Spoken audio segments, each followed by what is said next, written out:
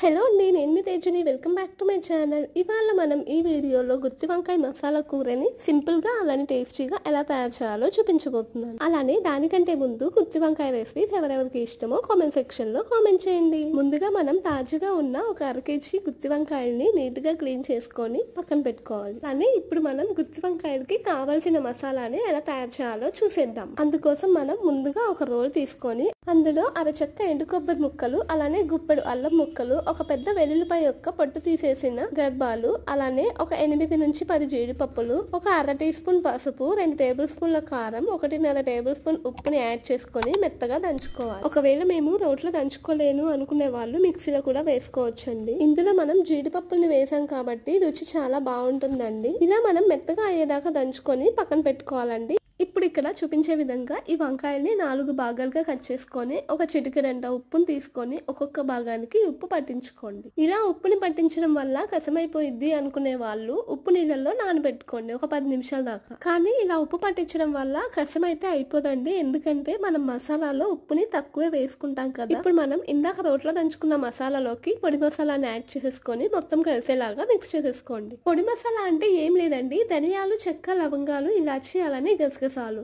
వీటిని మనం దోరగా వేయించేసేసుకొని పౌడర్ చేసేసుకుంటే దీన్నే పొడి మసాలా అంటారండి. ఇందాక మనం ఈ వంకాయలకి ఉప్పుని ఎలా పట్టించాము, అలానే మనం తయారు చేసుకున్న మసాలాని కూడా వీలైనంత వరకు ఈ వంకాయలకి పట్టేటట్టుగా స్టఫ్ చేసేసుకోండి.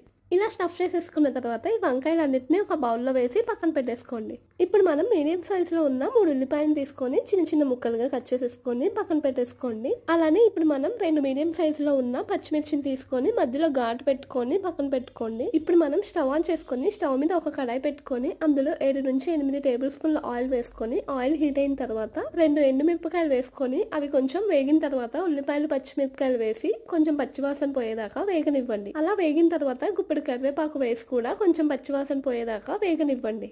ఇలా వేయించుకున్న తర్వాత మనం మన మెయిన్ ఇంగ్రీడియంట్ అయిన గుత్తి వంకాయని ఒక్కొక్కటిగా వేసి 2 నుంచి 3 నిమిషాల వరకు మనం గరిటెతో బాగా కలుపుతూ ముక్కని వేగనివ్వాలండి. లేకపోతే ముక్క అనేది బాగా గట్టిగా ఉంటుంది, తినేటప్పుడు అంత రుచిగా ఉండదు. ఇలా మనం ఈ ముక్కలన్నిటిని కొంచెం బాగా వేయించేసుకున్న తర్వాత ఇందాక మనం స్టఫ్ చేసుకోగా మిగిలిపోయిన మసాలా కారం ఉంటుంది కదండి, ఆ మసాలా మొత్తాన్ని యాడ్ చేసేసుకొని ఒక 2 టైమ్స్ మిక్స్ చేసేసుకున్న తర్వాత ఇప్పుడు మనం ఇందాక దంచుకున్నాం కదా, ఆ రోట్లోనే ఒక గ్లాస్ వాటర్ పోసేసుకొని ఈ కర్రీలోకి యాడ్ చేసేసుకోండి.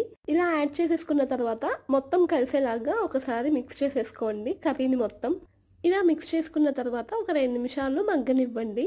అలా మగ్గించుకున్న తర్వాత మనం ఒకసారి టేస్ట్ ఎలా ఉందో చూసి ఉప్పుని మనం యాడ్ చేసుకోండి తక్కువైతే గనక.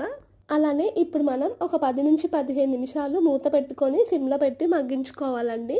అప్పుడు వంకాయ అనేది బాగా కుక్ అయిపోతుందండి అలా మగ్గించుకుంటే.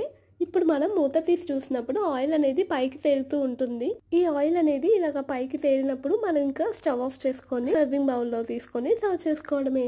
అంతే అండి, ఎంతో టేస్టీగా ఉండే మసాలా గుత్తి వంకాయ రెడీ అయిపోయినట్టే. ఈ వీడియో కనుక మీకు నచ్చినట్లయితే లైక్ చేసి, షేర్ చేసి మరిన్ని ఇంట్రెస్టింగ్ వీడియో కోసం నా ఛానల్ని సబ్స్క్రైబ్ చేసుకోండి.